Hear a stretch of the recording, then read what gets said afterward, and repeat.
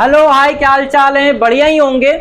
अभी मैं तुम्हारे लिए एक डेटा लेकर के आया हूँ बहुत मेहनत से यार। एमपी के स्टेट काउंसलिंग से रिलेटेड कॉलेज सीट्स, कितने प्राइवेट कितने गवर्नमेंट, उन सब का एक डाटा लेकर के आया हूँ 2025 के अकॉर्डिंग। और क्या कोई नया कॉलेज ओपन हुआ है और कितनी सीट किस कॉलेज में है, इसके बारे में अपन बहुत डिटेल में बात करेंगे।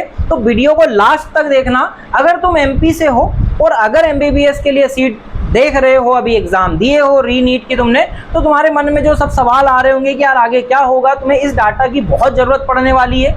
अगर तुम्हारे काम का नहीं है तो तुम किसी को शेयर कर देना, उसकी हेल्प हो जाएगी।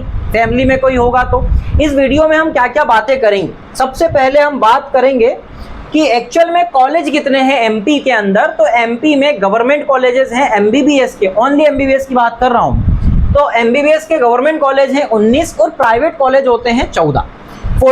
इसमें कुछ कॉलेज जो हैं वो इंक्लूड नहीं किए गए हैं, मैं उनके नाम बता देता हूं क्योंकि अभी ऑफिशियल डाटा में इंक्लूड नहीं किया गया, लेकिन आएंगे तो सही, ये तो कंफर्म है पहले से ही। अब ये कौन कौन से हैं, तो एक तो एम्स की मैंने 125 सीट्स इसमें इंक्लूड नहीं की है क्योंकि वो ऑल इंडिया लेवल पर उसकी काउंसलिंग होती है, वो इसमें स्टेट लेवल पे नहीं आता है। एक नया कॉलेज ओपन हुआ है इंदौर में, अपने नंदानगर विजयनगर साइड है शायद, ये देखा नहीं है मैंने। ESIC है, कॉरपोरेशन का है, लेकिन इसकी सिर्फ 50 सीट ही आई है एमबीबीएस के अभी। NRI भोपाल का एक कॉलेज ओपन हुआ है, प्राइवेट है हालांकि ये दोनों गवर्नमेंट के अंदर आते हैं और ये प्राइवेट का है, तो इसकी 150 सीट्स एमबीबीएस के अभी इंक्लूड नहीं की। तो ये कॉलेजेस को छोड़ करके पहले जो लास्ट ईयर हुए थे वो कॉलेज कितने थे, टोटल 19 और 14 थे। टोटल कॉलेज होते हैं 33।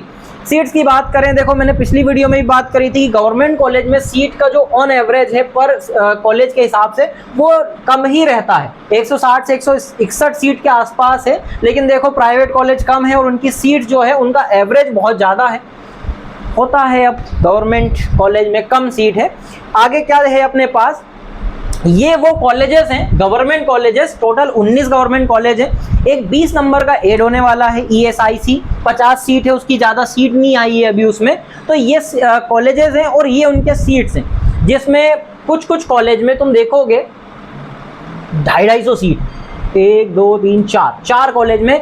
MGM के अंदर है, GMC भोपाल, इंदौर, ये सब सिटी लिखा हुआ है कि अब मैं सबको पढ़ के बताऊंगा, वीडियो बहुत लंबा हो जाएगा, तो तुम इसका स्क्रीनशॉट लेकर के देख लेना। 19 कॉलेज हैं, 3050 सीट है, लेकिन इसमें इंक्लूड नहीं किया गया है एम्स भोपाल की 125 सीट्स और ESIC कॉलेज की इंदौर में जो ओपन हुआ है उसकी 50 सीट्स इंक्लूड नहीं हुई है। अगर इसको इंक्लूड कर दिया जाएगा तो तुम्हारे पास गवर्नमेंट काउंसलिंग के लिए अभी 3225 सीट्स हैं।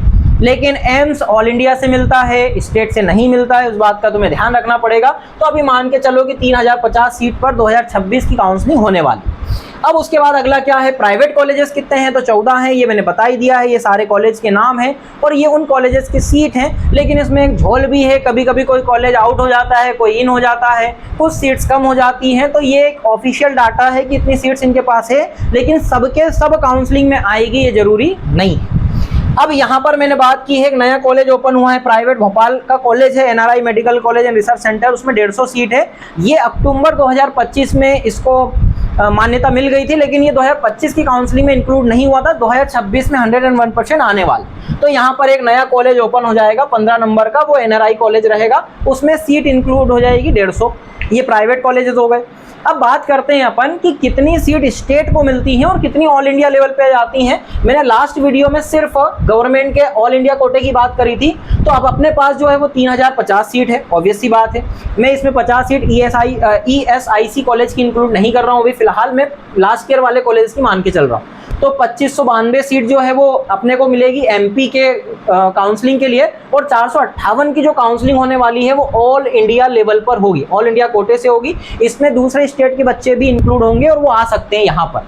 लास्ट वीडियो देख लेना उसके लिए। अब प्राइवेट स्टेट की अगर अपन बात करें स्टेट काउंसलिंग में, तो 85% जो है 2700 सीट्स हैं अपने पास, तो 2295 सीट्स हैं जो वो एमपी के लोगों को मिलेगी। लेकिन यहाँ पर एक्चुअल में ये वाला कोटा नहीं चलता, AI वाला ऑल इंडिया कोटा, यहाँ पर NRI कोटा चलता है। NRI का मतलब पता होगा तुम्हें कि जो विदेश में रह रहे बच्चे, जो नॉन रेसिडेंशियल इंडियंस हैं, वो भी इसमें इंक्लूड हो सकते हैं। तो बहुत सारे सुना होगा डोनेशन बेस पर या अलग अलग टाइप से NRI कोटे से प्राइवेट कॉलेज में सीट मिल जाती है, लेकिन गवर्नमेंट में नहीं मिलती।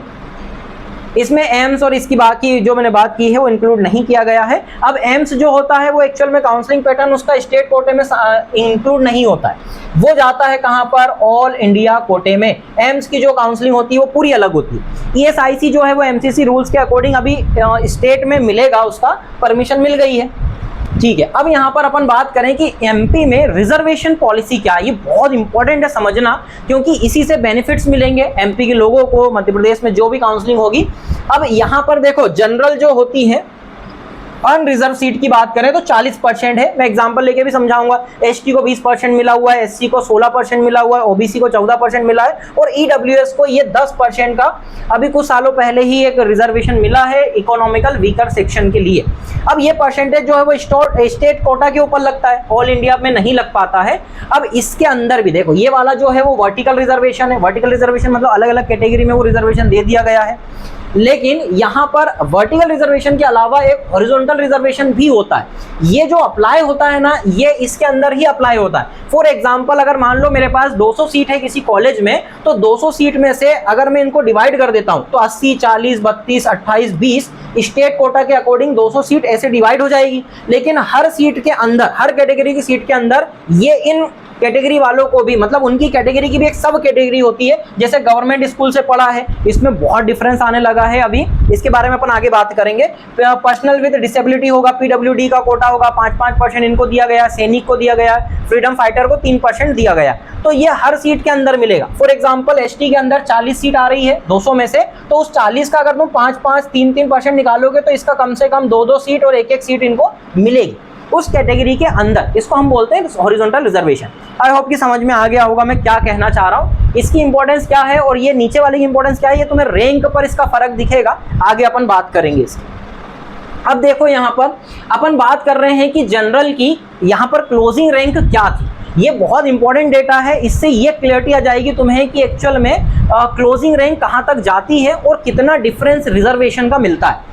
अगर मैं जनरल सीट की बात करूंगा तो गवर्नमेंट का लास्ट सिंगरौली कॉलेज जो है एमपी के अंदर, वो राउंड 2 में क्लोज हुआ था 59,163 पर, लेकिन उनके नंबर कितने थे, 494। ये अगेन ये जो नंबर हैं ये पेपर की डिफिकल्टी, पेपर के लेवल पर डिपेंड करता है। कई बार नंबर बहुत ऊपर गए 2024 में, कई बार 2025 में नीचे भी आए, लेकिन क्या ये रैंक ऊपर नीचे होती है, नहीं, वो कभी भी रैंक ऊपर नीचे नहीं होगी, इस बात का तुम्हें ध्यान रखना है। रैंक लगभग कॉलेज की सीट बढ़ेगी तो उसके अकॉर्डिंग ये बढ़ सकती है, अदरवाइज यही रहती है, ये जो नंबर है ये ऊपर नीचे हो सकते हैं।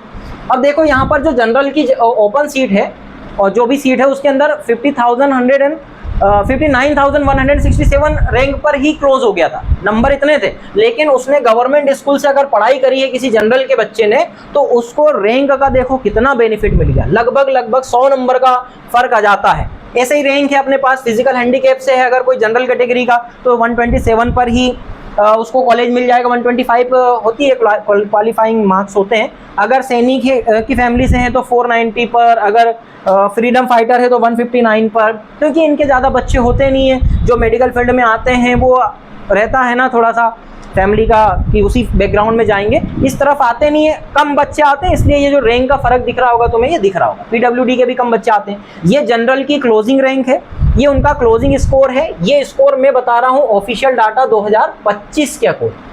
अब इसी के अकॉर्डिंग अपन जनरल के बाद देख लेते हैं किसका, ईडब्ल्यूएस का कोटा। ईडब्ल्यूएस हाल ही में स्टार्ट हुआ है, थोड़े टाइम पहले ही, कुछ सालों पहले ही। ईडब्ल्यूएस इकोनॉमिकल वीकर सेक्शन है जो कि जनरल कैटेगरी के बच्चों के ऊपर अप्लाई होता है। और ये बात ध्यान रखना कि प्राइवेट में लागू नहीं होता है, सिर्फ और सिर्फ गवर्नमेंट कॉलेज में अप्लाई होता है। ईडब्ल्यूएस की अगर जनरल सीट की बात करेंगे जिसमें कोई भी स्पेशल इसको अपन वर्टिकल हॉरिजॉन्टल बोल रहे थे, हॉरिजॉन्टल कोटा लागू नहीं होता है। क्लोजिंग रैंक क्या थी, 65,497 थी। नंबर कितने थे उसके, 489 नंबर थे। ये अगेन 2025 का ही डेटा अपन देख रहे हैं। अब ये डेटा के अकॉर्डिंग अगर किसी ने इकोनॉमिकल वीकर सेक्शन ने जीएस लगाया था, जीएस से पढ़ा है, गवर्नमेंट स्कूल से पढ़ा है, इसकी बात अपन आगे कर लेंगे वीडियो में, तो उसको देखो कितना बेनिफिट हो रहा है। 372, लेकिन सीट्स कम रहती है, 2-3 सीट्स रहती है। 372 मार्क्स पर मिल गया। अगर पीडब्ल्यूडी को देखोगे तो वो 167 पे 55 पर तुम्हें मिल जाएगा सैनिक का। फ्रीडम फाइटर का मिल जाएगा 160 पर। और देख लो दूसरी कैटेगरी, जो तुम्हारी कैटेगरी है वो तुम देख लेना। इसके अंदर ओबीसी कोटा की बात करोगे तो जनरल सीट की बात करें, ओबीसी की जनरल सीट, बाकी ये जो नीचे 4 जो हैं ये उनके हॉरिजॉन्टल अपन उसकी रिजर्वेशन की बात करें, वर्टिकल की नहीं बात करें, ये इन जनरल उनको जो दिया गया ये 60,160 पर क्लोज हुआ था। 493 जो है ईडब्ल्यूएस का इससे भी नीचे जाता है, ओबीसी से भी नीचे जाता है। तो यहाँ पर ये 2025 अगेन वही क्लोजिंग रैंक की बात कर रहे हैं अपन, राउंड 2 के हैं सारे, ये राउंड 1 में ही खत्म हो गया था फ्रीडम फाइटर का। अब ये 400 नंबर पर देखो, जीएस से अगर किसी ने पढ़ाई करी है 6 से 12th तक एमपी के अंदर तो उसको काफी बेनिफिट मिल जाता है ओबीसी कैटेगरी में, ये देख लेना। अगली कैटेगरी जो है वो एससी कैटेगरी है। एससी कैटेगरी में अगर तुम उनका रिजर्वेशन वाली सीट देखोगे तो 404 पर क्लोज हुआ था।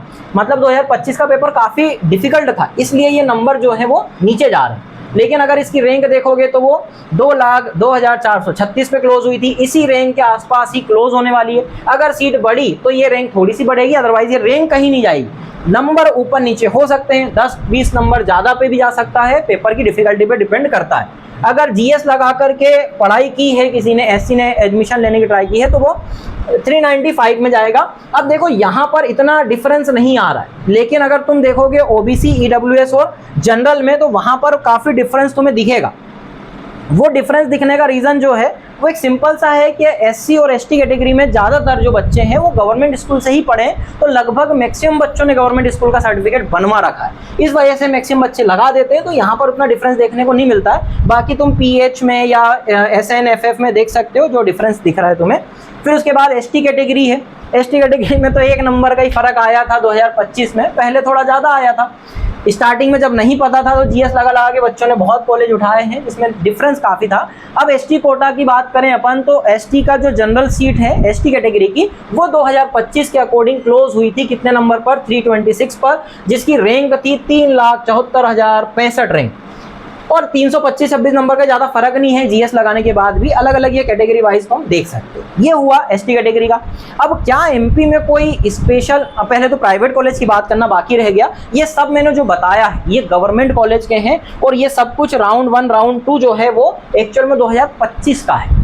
अब मैं प्राइवेट कॉलेज का तुम्हें पूरा इतना तो डेटा नहीं दूंगा, क्योंकि बहुत सारी चीज़ें प्राइवेट कॉलेज में होती नहीं है। ये फ्रीडम फाइटर और ऐसा नहीं अप्लाई नहीं होता। एनआरआई सीट होती है, जीएस होती है, और नॉर्मली कैटेगरी वाइज जो रिजर्वेशन मिला है। प्राइवेट कॉलेज की बात करें अपन तो जैसे कि 2700 सीट है तो उसमें एनआरआई कोटा में तो 405 सीट चली जाएगी, बचेगी कितनी, 2295 बचेगी। उसके अंदर देखो जनरल सीट को 50% में डाल दिया गया। 200 का एग्जाम्पल लेके बता रहा हूँ, 100 सीट बच गई अपने पास जनरल की। एसटी को 20% मिला, 40 सीट मिल जाएगी। एससी को 32 सीट मिल सकती है, ओबीसी को 28 सीट मिलेगी, है ना। इसकी बात कर लेते हैं अपन। अब ये मैंने दिया है, और इसी का हॉरिजॉन्टल अगर मैं देखूंगा कि इस कैटेगरी के अंदर भी वापस से रिजर्वेशन कितना होगा, तो सिर्फ 2 चीज़ों का रिजर्वेशन है गवर्नमेंट कॉलेज में, एक जीएस का है और एक पीडब्ल्यूडी का है। 5-5% है, तो 5-5 सीट अगर मान लो इनकी सीट के हिसाब से देखें, 5 को 20 तो 2 सीट इसमें चली जाएगी, 2 इसमें चली जाएगी। आई होप कि समझ में तो आ रहा होगा कि मैं क्या बताना चाह रहा हूँ। बाकी इतना इंपॉर्टेंट है नहीं हॉरिजॉन्टल रिजर्वेशन, अगर समझ में आ रहा है तो देख लेना अपनी कैटेगरी वाइज कितनी क्लोजिंग रैंक आई थी 2025 के डाटा के अकॉर्डिंग। तो ये है मध्य प्रदेश की 2025 की क्लोजिंग रैंक। अब देखो जनरल सीट की बात करोगे तो ये गया था 440, जो कि रैंक थी 1,37,419।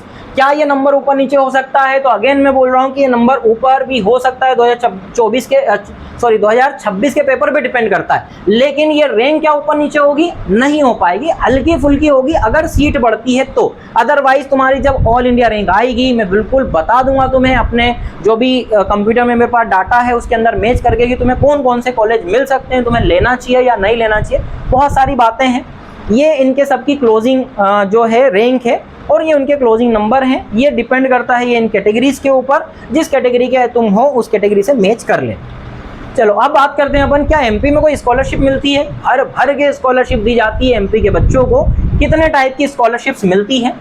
सबसे फेमस जो है वो है मेधावी योजना, है ना, MMVY मेधावी योजना बोलते हैं। लेकिन ये डिपेंड करती है तुम्हारे 12th के परसेंटेज पर। और भी चीज़ें हैं, एलिजिबिलिटी क्राइटेरिया इसका तुम्हें देखना पड़ेगा, फैमिली इनकम है, 12th के परसेंटेज है।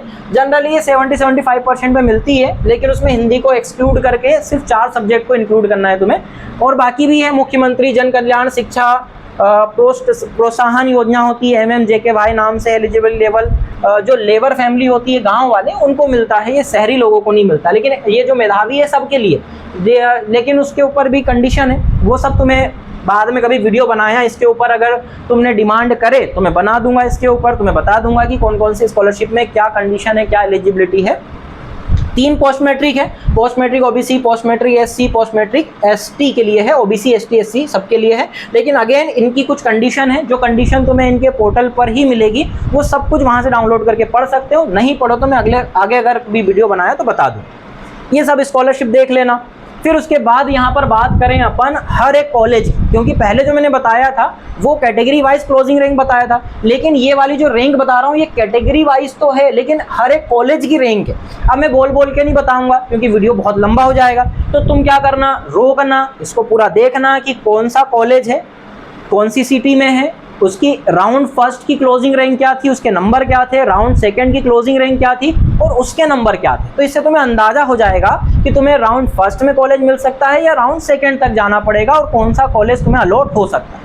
मैच करके देख लेना। और भी है, ये अपने पास EWS कैटेगरी का है, जैसा मैंने समझाया वैसा रीड कर लेना, रोक करके वीडियो देख लेना, स्क्रीनशॉट ले लेना। ओबीसी कैटेगरी के लिए है, ओबीसी कैटेगरी के लिए देख लो, MGM टॉप का कॉलेज होता है, 13,933 रैंक पे स्टार्टिंग हुई थी, सेकंड राउंड में 957 पे क्लोज हो गया था, बहुत कम सीट रहती है सेकंड राउंड में इस वजह से। फिर ये है अपने पास SC कैटेगरी का, ये देख लो, यहाँ से स्टार्ट होता है MGM, यहाँ पे खत्म हो जाता है, लास्ट ये नंबर मैंने तुम्हें पहले वीडियो में बताए हैं। फिर उसके बाद यहाँ पर देखो कुछ NA लिखा हुआ है, NA का मतलब क्या है, नॉट अवेलेबल, मतलब कुछ कॉलेज जो है वो राउंड फर्स्ट में नहीं आते हैं, कुछ राउंड सेकंड में आते हैं, उस चीज़ का देख लेना कि इस टाइप से रहता है। तो ये मत सोचना कि वहाँ पे मैंने कुछ लिखा नहीं है। फिर क्या है, कैटेगरी ST, X और OP, जनरल सीट बता रहा हूँ, वो जो हॉरिजॉन्टल रिजर्वेशन है उसकी बात नहीं कर रहे हैं अपन, ये ST कैटेगरी के लिए है। लास्ट जो कट ऑफ गया था 326 गया था। अब ये मेरा अनुमान था, उस साल 311 या 318 ऐसा कुछ अनुमान निकाला था मैंने, लेकिन एक फर्जीवाड़ा हुआ था जिसकी ज़्यादा बातें नहीं हुई। बहुत सारे जो जनरल कैटेगरी ओबीसी कैटेगरी के बच्चे थे उन्होंने पता नहीं क्या फर्जीवाड़ा करके ST कैटेगरी के लगा के सीट ले लिए थे, तो ये कट ऑफ थोड़ा सा हाई गया था उसका। ठीक है, यहाँ पर चीज़ें खत्म हुई। थैंक यू वीडियो देखने के लिए। आगे अपन और बातें करेंगे यार, सब्सक्राइब कर लेना, थोड़ा सब्सक्राइबर बढ़ा दो यार, तो नई नई चीज़ें मैं बताते रहूँगा। अगली काउंसलिंग अपडेट पे या जो भी स्टेट का तुम्हें डेटा चाहिए, मैं पूरा डेटा रिसर्च करके तुम्हें बता दूंगा, जो काउंसलिंग में या तुम्हारे फ्यूचर प्लानिंग में काफ़ी हेल्प करेगा। यहाँ पर मैं GS का बताना भूल गया कि जो भी बच्चे गवर्नमेंट स्कूल से 6th से लगा करके 12th तक पढ़े हैं, वो अपनी स्कूल से एक GS का सर्टिफिकेट बनवा सकते हैं। उससे तुम्हें जो बेनिफिट है वो वीडियो में दिख ही गया होगा कि कितना नंबर का ड्रॉप आ जाता है। अगर ST SC में तो ज़्यादा ड्रॉप नहीं आएगा, लेकिन EWS OBC और जनरल में बहुत ड्रॉप आ जाएगा। आगे तुम्हें जो भी वीडियो चाहिए कमेंट में बताना, और डिस्क्रिप्शन में नंबर है, उस नंबर पे तुम यार सिर्फ व्हाट्सअप करना, कॉल मत करना। लास्ट वीडियो देख करके कॉल करने लग गए थे, कॉल से काफ़ी डिस्टर्बेंस हो जाता है। तो आगे अपन और वीडियो लेकर के आएंगे। अगर तुम्हारी कुछ डिमांड है, क्वारीज हैं या कुछ भी तुम्हें जानना है तो तुम बिल्कुल कर सकते हो कांटेक्ट। तब तक के लिए बाय।